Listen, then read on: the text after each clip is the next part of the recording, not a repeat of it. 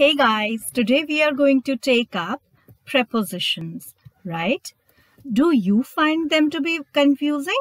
Well, many people do, but I promise you that after watching this video, you are not going to find prepositions confusing at all.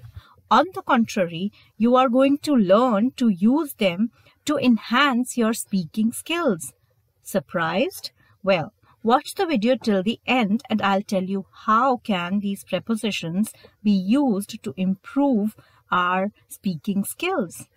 So, let's begin. Look at this picture. If I ask you to frame a sentence with it using the word ball and the box, most of us would come up with the sentence, the ball is in the box. And you guys are absolutely right about it. But look at this picture now. If I ask you to frame a sentence on this picture using the word the boy, stone and the pond, many of us would come up with a sentence, the boy is throwing the stone, but here comes the catch, in the pond or into the pond? Well, I say it's into the pond. Okay, now, what do you think about the marbles in this jar? Are they in the jar or inside the jar? Well, I say they are inside the jar, and I'm going to tell you why. We use the word in when we are talking about an object in terms of a boundary. The ball is within the boundary of the box, so in is perfect. This is the reason we say that the players are playing football in the playground. The teacher is teaching in the class because she's teaching in a specified area or boundary. We use into when there is a movement in the object and the object is not completely in the other thing. Like the stone here. It is in the process of entering the pond, but it hasn't entered the pond. So, when the teacher is entering the class, it will be the teacher entered into the class. Although she already has entered, but the students are going to describe it that she entered into the class because she came from outside inside the class. But inside, look at the jar carefully. It is a completely enclosed area, completely closed from all sides. That in this case, we use inside. Like that shoe box. You get your shoes in a box and they are inside the box until you've not opened the box. So, if you're having coffee and somebody offers you some more, you will say, I still have some coffee in my cup because the coffee is already in the cup and cup is not an enclosed area. But you also need to remember that in is used with months and years. Yes, this you need to remember, months and years. I was born in November in 1979. Into. So, if you want some more coffee and ask your friend to pour some more for you, in that case you're going to say, please pour some more coffee into my cup. Into your cup because it is in the process of entering your cup but it hasn't entered. So, there's some movement. And if you obviously won't have 2 cups of coffee one after the other, if you put the cup of coffee inside the refrigerator, then refrigerator is an enclosed area. Somebody who wants to see the cup would have to open the refrigerator and see it. So inside the refrigerator. Hope I've made myself clear, right? In with boundary and months, into with movement, and inside within an enclosed area. Now, what do you think about this picture and this picture? Well, if I ask you to frame a sentence with horse and fence, what would you come up with? That the horse jumped over the fence and the birds flew over the mountains. Yes, my dear friends, it's over and not above.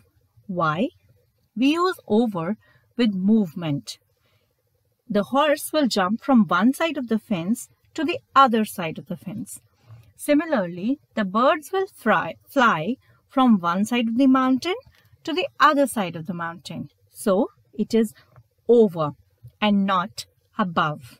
Okay, so over is used with movement. Then, what do you think about this picture? The balloon in this case is not on the table. It is above the table, right? Above, because it is not touching the surface of the table.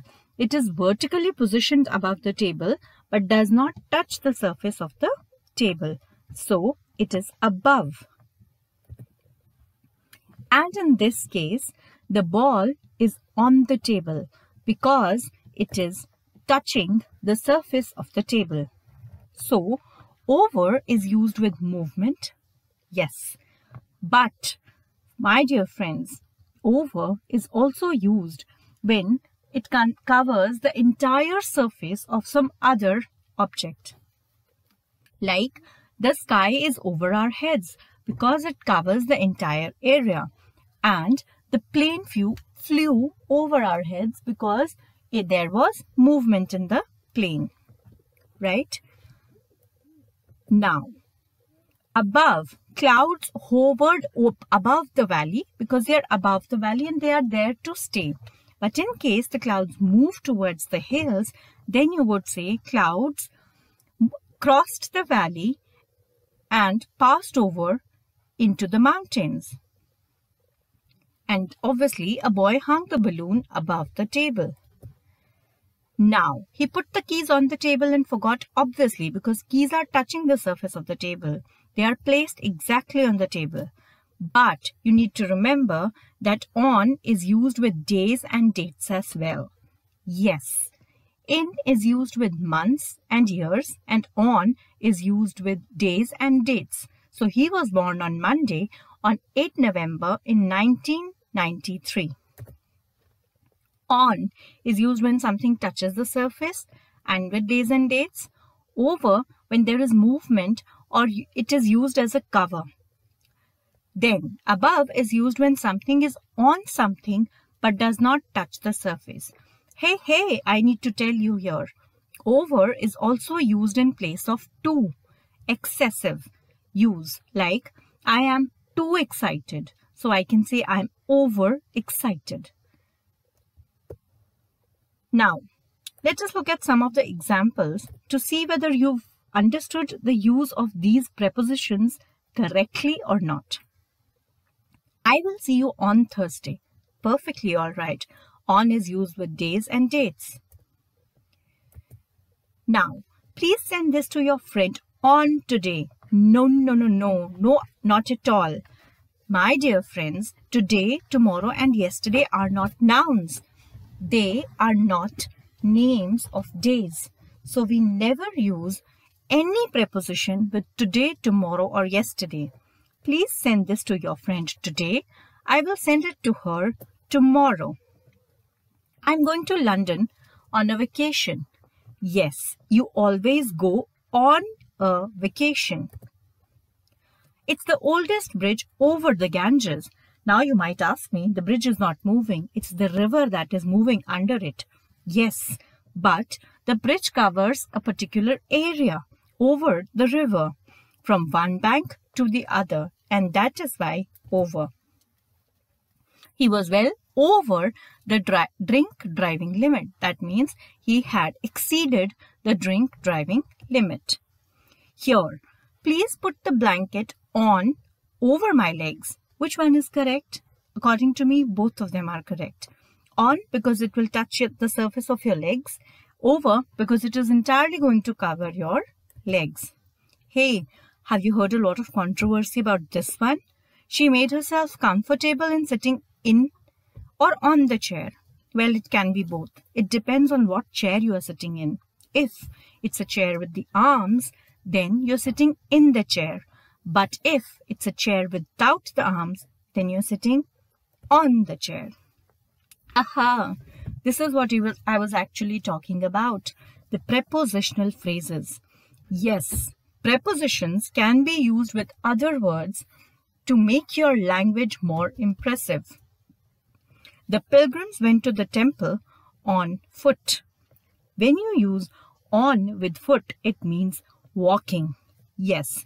So instead of saying, the pilgrims went to the temple walking, or I came walking to your house, you can sound more impressive by saying, I came to your house on foot. I'm big enough to do things on my own. When you use my own, her own, his own, with on, it means all by yourself or all by himself without the help of others. So, I made or prepared this project on my own. That means independently without anybody's help. Right? Waiters get tips over and above the wages. When you use over and above, it means in addition to. That means waiters get wages, but along with that, they also get tips. So, over and above the pocket money I get, I need some extra money to buy my favorite car. So, that means in addition to the pocket money, you need some extra money. Hey, that would sound impressive, won't it? Your parents might agree to it. Did you involve my family on purpose? She asked. On purpose here means intentionally, knowing, intentionally, purposely. So instead of saying, did you purposely do that to me? You could say, hey, you did that to me on purpose. No. I hope this video was useful. In my next video, I'm going to discuss some more similar prepositions. Bye-bye.